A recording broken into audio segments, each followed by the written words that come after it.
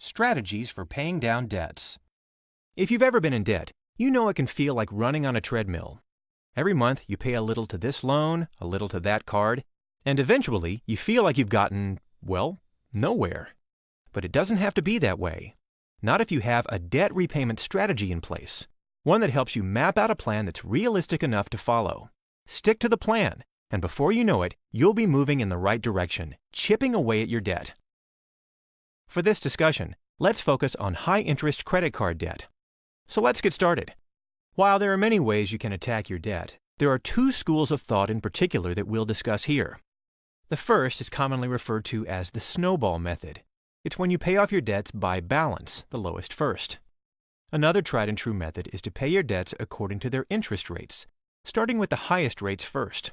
For this discussion, let's call it the high-rate method. So how do these strategies actually work? Let's start with the snowball method. First, make a list of all of your credit card balances from lowest amount to highest. If two balances are similar, prioritize the card with the higher interest rate. When you pay your monthly bills, make the minimum payment due for all of your debts. Then take any additional money you have available and put it toward the debt with the smallest balance. Do this each month until you've paid off your smallest debt. When you pay it off, don't use that account again until your debt is cleared up. Whether you hide the card in a drawer, freeze the card in a block of ice, or close the account, the point is to stop increasing your debt. The next step is to take the money you are paying toward that bill and apply it to the next smallest balance on your list. And as you continue moving down your list, the amount you're able to pay to each balance continues to grow and grow, creating, wait for it, a snowball effect. You might be amazed how quickly that can happen. Now let's talk about the high-rate method. Again, make a list of all your debts, but instead arrange them according to their interest rates, with the highest interest rate first. Using this method, you'll also pay the minimum amount due across the board. Then, you'd focus on sending as much as you can afford to the account with the highest interest rate. Keep doing that until it's paid off. Once your balance is zero, concentrate on the card with the next highest rate on your list, and so on. Either of these methods can be a great way to get yourself out of debt, and while both methods have their supporters, it's really up to you to decide what works best. Supporters of the snowball method say that you'll feel a boost each time you pay off an account, and those small victories keep you motivated to reach your goal.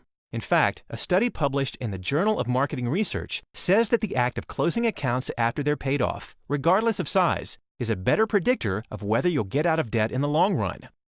On the other hand, supporters of the high-rate method will tell you that over time, you'll save much more money and get out of debt sooner by paying off your higher interest rate debts first.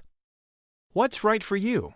Well, it's a personal choice. But if you want to get out of debt paying as little as possible, it's probably a savvier decision to use the high-rate method, because you'll get rid of your most expensive debt sooner and pay less over the long run. But if you're the type of person who has trouble sticking to a plan, or if you need constant motivation, then the snowball method might be a better fit for you.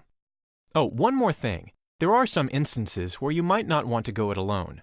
Like, let's say you're unable to make your minimum payment, or you're having a difficult time making ends meet otherwise.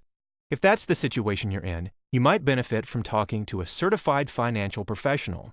But it's important that you look for one who works for an accredited, nonprofit consumer credit counseling agency and is a member of the National Foundation for Credit Counseling. Whatever you choose to do, the most important thing is that you've decided to get yourself out of debt in the first place.